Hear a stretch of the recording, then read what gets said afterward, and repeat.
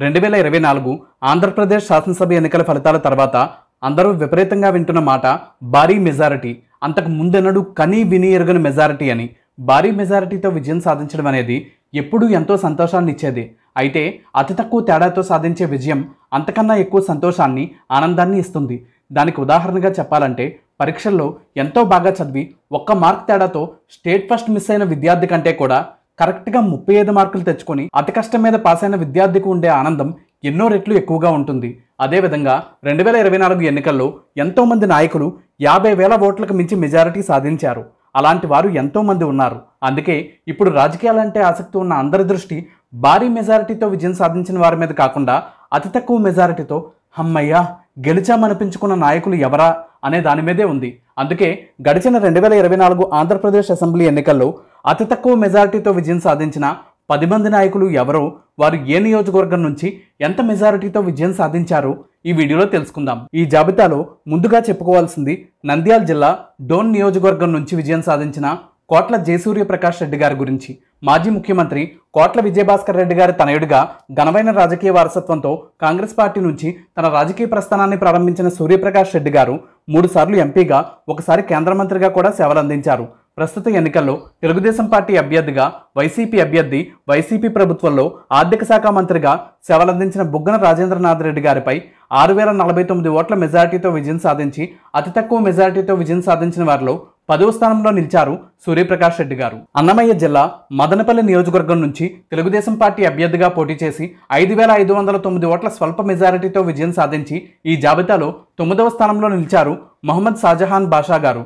2009లోనే Congress party తరపున మదనపల్లి శాసనసభ్యుడిగా సేవలందించిన ఆయన ఈ ఎన్నికల్లో గట్టి పోటీని ఎదుర్కొని వైసీపీ అభ్యర్థి నిసార్ అహ్మద్ గారిపై విజయం సాధించారు. ప్రకాశం జిల్లా ఎర్రగొండపాలెం నియోజకవర్గం నుంచి వైసీపీ అభ్యర్థిగా పోటీ చేసి 5,200 ఓట్ల స్వల్ప మెజారిటీతో విజయం సాధించి ఈ జాబితాలో 8వ స్థానంలో నిలిచారు తాటిపత్తి చంద్రశేఖర్ గారు.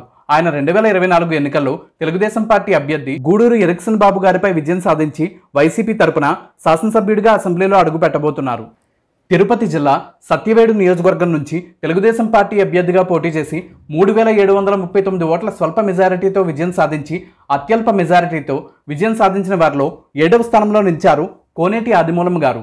1977లోనే కాంగ్రెస్ పార్టీ ద్వారా తన రాజకీయ ప్రస్థానాన్ని ప్రారంభించిన ఆదిమూలం గారు సర్పంచ్గా, వైస్ ఎంపీపీగా, ఎంపీటీసీగా, జడ్పీటీసీగా కూడా సేవలందించారు. ఆయన 2001లో తెలుగుదేశం పార్టీలో చేరారు. 2011లో తెలుగుదేశం పార్టీకి రాజీనామా చేసి వైసీపీలో చేరారు. 2014 ఎన్నికల్లో వైసీపీ అభ్యర్థిగా పోటీ చేసి స్వల్ప తేడాతో ఓటమి పాలైన ఆదిమూలం గారు 2019 ఎన్నికల్లో వైసీపీ అభ్యర్థిగా సత్యవేడు నుంచే విజయం సాధించారు. అయితే 2024 ఎన్నికల్లో తెలుగుదేశం పార్టీ అభ్యర్థిగా పోటీ చేసి ఆయన విజయం సాధించడం గమనార్హం. కరడగట్టిన బీజేపీ కార్యకర్తగా పేరు తెచ్చుకున్న సత్యకుమార్ యాదవ్ గారికి కేంద్ర స్థాయి నాయకులతో కూడా మంచి పరిచయాలున్నాయి. శ్రీ సత్యసాయి జిల్లా ధర్మవరం నియోజకవర్గం నుంచి బీజేపీ అభ్యర్థిగా పోటీ చేసిన ఆయన సోషల్ మీడియాలో నిరంతరం ఎంతో యాక్టివ్గా ఉండే వైసీపీ అభ్యర్థి కేతిరెడ్డి వెంకటరామిరెడ్డి గారిపై 3,734 ఓట్ల మెజారిటీతో విజయం సాధించి అతి తక్కువ మెజారిటీతో విజయం సాధించిన నాయకుల జాబితాలో 6వ స్థానంలో నిలిచారు.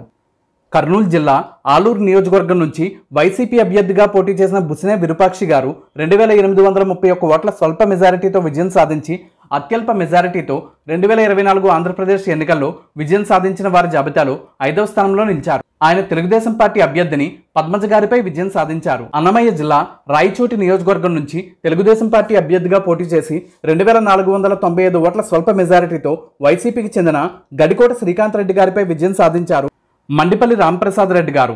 గత 4 సార్ల నుంచి ఈ నియోజకవర్గంలో శ్రీకాంత్ రెడ్డి గారే విజయం సాధిస్తూ వస్తూ ఉన్నారు. అయితే 2024 ఎన్నికల్లో అలాంటి బలమైన ప్రత్యర్థిపై విజయం సాధించి అతి తక్కువ మెజారిటీతో విజయం సాధించిన వారి జాబితాలో 4వ స్థానంలో నిలిచారు రాంప్రసాద్ రెడ్డి గారు. చివరి వరకు విజయం ఎవరిదా అనే సస్పెన్స్ని రేకెత్తించిన నియోజకవర్గంగా ప్రకాశం జిల్లా దర్శి నియోజకవర్గాన్ని చెప్పుకోవచ్చు. ఈ నియోజకవర్గం నుంచి 2,456 ఓట్ల స్వల్ప మెజారిటీతో వైసీపీ అభ్యర్థిగా విజయం సాధించారు బూచేపల్లి శివప్రసాద్ రెడ్డి గారు. ఆయన 2009 నుంచి 2014 మధ్యకాలంలో కూడా కాంగ్రెస్ పార్టీ తరపున దర్శి నుంచి శాసనసభ్యుడిగా ప్రాతినిధ్యం వహించారు. శివప్రసాద్ రెడ్డి గారు 2024 ఎన్నికల్లో తెలుగుదేశం పార్టీ అభ్యర్థిని గొట్టిపాటి లక్ష్మి గారిపై విజయం సాధించి అత్యల్ప మెజారిటీతో విజయం సాధించిన నాయకుల జాబితాలో 3వ స్థానంలో నిలిచారు. ప్రకాశం జిల్లా గిద్దలూరు నియోజకవర్గం నుంచి తెలుగుదేశం పార్టీ అభ్యర్థిగా పోటీ చేసి 973 ఓట్ల స్వల్ప తేడాతో వైసీపీ అభ్యర్థి నాగార్జున రెడ్డి గారిపై విజయం సాధించారు ముత్తుమూల అశోక్ రెడ్డి గారు. ఆయన గతంలో 2014 ఎన్నికల్లో గిద్దలూరు నుంచే వైసీపీ అభ్యర్థిగా విజయం సాధించి శాసనసభ్యుడిగా ప్రాతినిధ్యం వహించారు. 2024 ఎన్నికల్లో అత్యల్ప మెజారిటీతో విజయం సాధించిన వారి జాబితాలో 2వ స్థానంలో నిలిచారు అశోక్ రెడ్డి గారు. ఈ జాబితాలో అందరికంటే అదృష్టవంతుడిగా శ్రీ సత్యసాయి జిల్లా మడకసిర నియోజకవర్గం నుంచి తెలుగుదేశం పార్టీ అభ్యర్థిగా పోటీ చేసిన ఎంఎస్ రాజు గారి గురించి చెప్పుకోవాలి. ఆయన తన సమీప ప్రత్యర్థి వైసీపీ అభ్యర్థి ఎర్రా లక్కప్ప గారిపై కేవలం 351 ఓట్ల స్వల్ప మెజారిటీతో విజయం సాధించి 2024 ఎన్నికల్లో అత్యంత తక్కువ మెజారిటీతో విజయం సాధించిన ఎమ్మెల్యేగా రాష్ట్ర వ్యాప్తంగా వార్తల్లో నిలిచారు. 2024 ఎన్నికల్లో భారీ మెజారిటీలు సాధించిన నాయకుల గురించి ఎన్నో ఛానల్స్లో ఎంతో మంది మాట్లాడుతున్నారు. అయితే వారందరికీ భిన్నంగా ఆంధ్రప్రదేశ్ అసెంబ్లీ ఎన్నికల్లో అత్యంత తక్కువ మెజారిటీలతో విజయం సాధించిన వారి గురించి మన ఛానల్లో అందించిన ఈ వీడియో మీకు నచ్చితే తప్పకుండా వీడియోను లైక్ చేయండి. మీ అమూల్యమైన అభిప్రాయాన్ని కామెంట్ చేయండి.